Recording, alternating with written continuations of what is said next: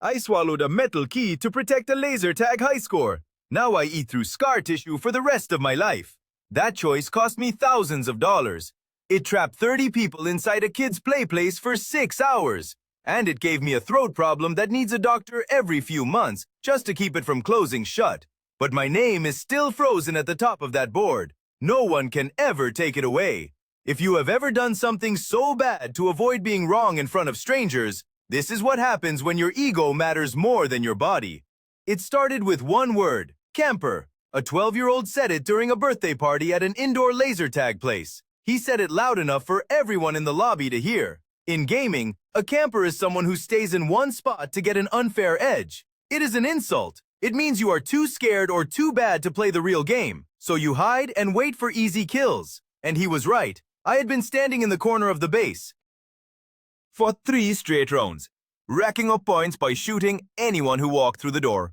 But hearing it out loud, in front of parents and teenagers and the staff, flipped something inside me. It stopped being a game. It became a test of whether I was the kind of person who gets called out and just takes it. So I did what any normal adult would do. I built a wall. The place had these big foam blocks on wheels, the kind made for kids to hide behind during the game. I rolled 4 of them into the door of my team's base. I wedged them together so tight that no one could get through. Then I stacked 2 more on top. It was not pretty, it was not quiet. But it worked. I had built a wall between me and everyone who wanted to prove. I did not earn that score, and for a few minutes, it felt like winning. The problem was that my score kept going up. Every time someone on the other team got close to the base, the system gave me a point for defense. Every time my teammates shot someone near my spot, I got an assist. The numbers climbed. The gap between me and second place got wider. And I could hear people outside the foam wall starting to talk. They were not talking about the game anymore. They were talking about me, about whether I was serious, about whether someone should get the manager. That is when I heard the teenage manager's voice on the other side of the foam. He said he was going to override the system. He said he had the master key. He could end the game by hand and reset the whole board. And I knew that everything I had done up to that point, all the work and shame of building a foam fort in front of children, would be erased. My name would go away. The 12-year-old would be right. And I would walk out of that building as the guy who got called a camper and then got his score deleted by a teenager. So when I saw the door handle start to turn, I made a choice. The manager had left the key sitting on a table just outside the base while he talked on his radio. I reached through a gap in the foam, grabbed it, and before my brain could catch up, I swallowed it. It was not a smooth key. It was sharp, brass, about as long as my thumb. It scraped the whole way down. I felt it catch once, halfway. For a second, I thought it was going to stay there, that I was going to choke on a key in a laser tag place. But I swallowed again, harder, and it went down. The pain hit fast. It felt like I had swallowed a razor wrapped in sand. But the key was gone, and that meant no one could override the system.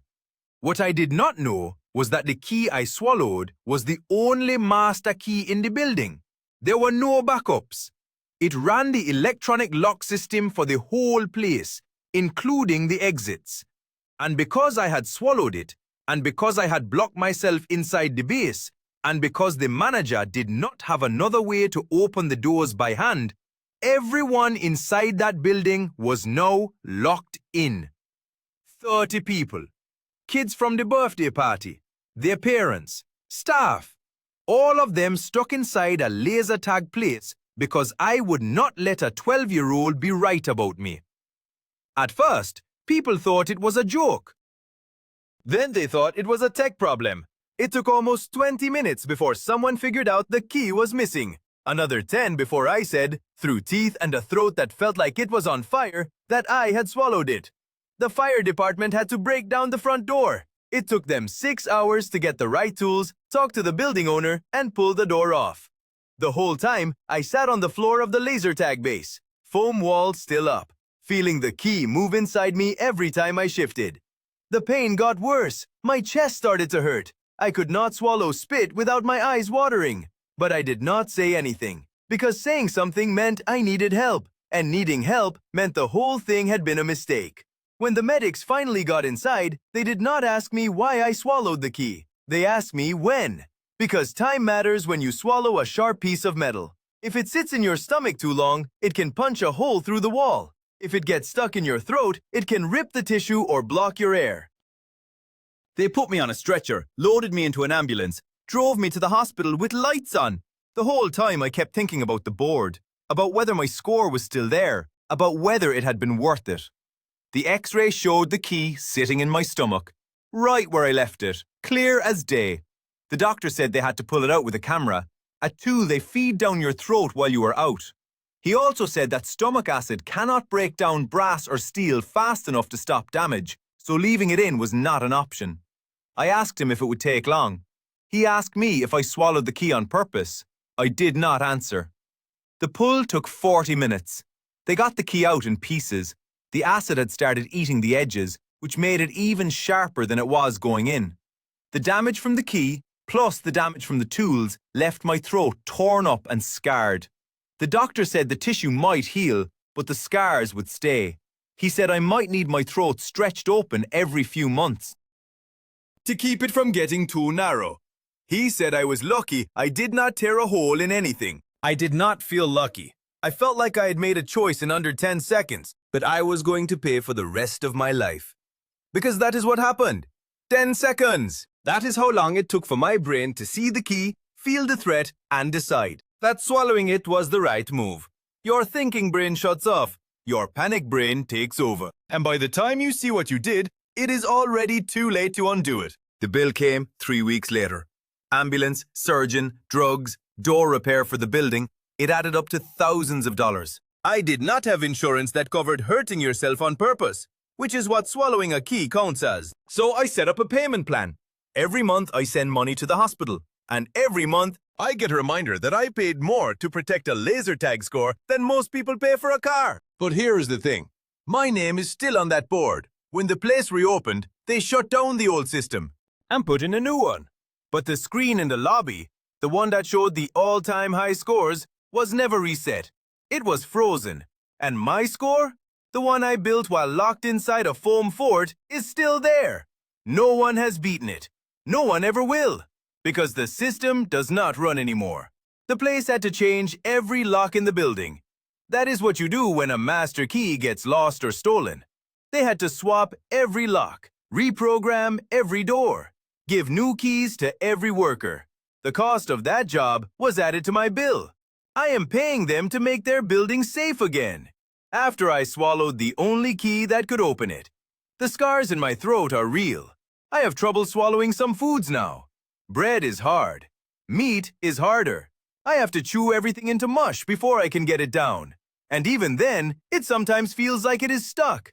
Every few months, I go back to the doctor. They check to see if the scars got worse. Sometimes they have to stretch the tissue open with a balloon. It does not hurt, but it is a reminder. A real repeating reminder that I swallowed a key to win a fight with a child. The story became local legend. People in town call it the laser tag lockdown. New workers at the place hear the story during training. A warning about how to deal with angry guests. I have heard versions that are not even true. One says I swallowed 2 keys. Another says I held a staff hostage. The real story is bad enough. I do not need people making it worse.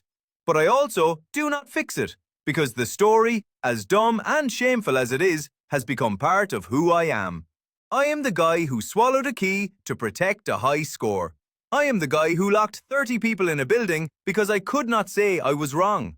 I am the guy who turned a kid's birthday party into a 6-hour lockdown over a gaming insult. And somehow, that has become a badge. Not because I think what I did was smart, not because I would do it again, but because I committed. I saw a stupid, crazy goal and I chased it past the point of sense.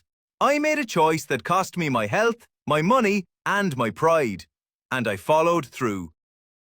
Most people stop before it gets that bad. Most people back down when the damage starts to show. I did not. I swallowed the key. I sat in that base for 6 hours with a piece of metal tearing me up inside. I paid the bill. I live with the scars. And my name is still on that board. There is a term for this: Pyrrhic victory. A win that costs so much it is really a loss. That is what I have. A high score that no one will ever see. Paid for with real damage and a debt I will be clearing for years. But it is still a win. Because I did not back down. I did not let them reset the board. I did not let the 12-year-old be right. And maybe that makes me crazy. Maybe it makes me the kind of person who should not be near games. But it also makes me the kind of person who does not quit, who does not fold when things get hard, who would rather break themselves than give up. And in a world where most people quit the second it hurts, that has to mean something. I still go to that laser tag place sometimes. Not to play, just to look at the board. My name is still there, frozen in time, surrounded by scores that do not count anymore. And every time I see it, I feel the scar tissue in my throat pull tight. And I think about the key, and the ambulance, and the 6 hours I spent on the floor of a foam fort while 30 people waited for someone to break down a door. And I think, yeah, that was worth it. If you have ever refused to let something go, even when letting go was the only sane choice, drop a comment. I want to know what you held onto and what it cost you.